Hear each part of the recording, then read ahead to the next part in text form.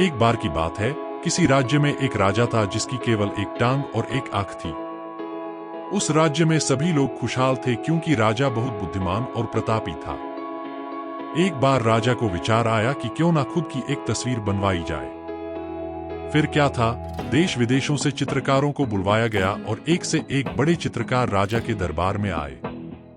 राजा ने उन सभी से हाथ जोड़कर आग्रह किया कि वो उसकी एक बहुत सुंदर तस्वीर बनाएं जो राजमहल में लगाई जाएगी। सारे चित्रकार सोचने लगे कि राजा तो पहले से ही विकलांग है, फिर उसकी तस्वीर को बहुत सुंदर कैसे बनाया जा सकता है।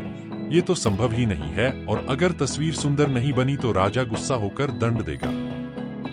यही सोचकर सारे चित्रकारों ने राजा की तस्वीर बनाने से मना कर दिया।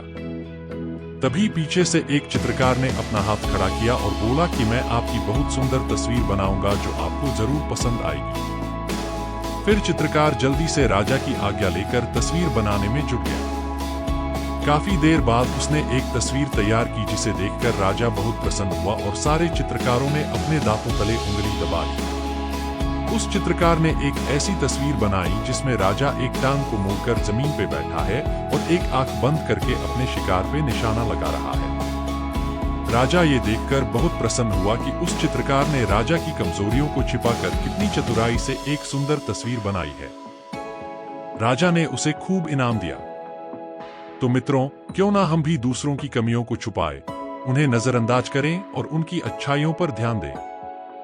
आजकल देखा जाता है कि लोग एक दूसरे की कमियां बहुत जल्दी ढूंढ लेते हैं, चाहे हमारे अंदर खुद में कितनी भी बुराइयां क्यों ना हो, लेकिन हम हमेशा दूसरों की बुराइयों पर ही ध्यान देते हैं कि अमुक आदमी ऐसा है, वो वैसा है। सोचिए, अगर हम भी उस चित्रकार की तरह दूसरों की कमियों पर पर्दा डालें, उन्हें नजरअंदाज करें, तो धीरे धीरे सारी दुनिया से बुराइयां ही खत्म हो जाएंगी और रह जाएंगी सिर्फ अच्छाइयां। इस कहानी से ये भी शिक्षा मिलती है कि कैसे हमें नकारात्मक परिस्थितियों में भी सकारात्मक सोचना चाहिए और किस तरह हमारी सकारात्मक सोच हमारी समस्याओं को हल करती है।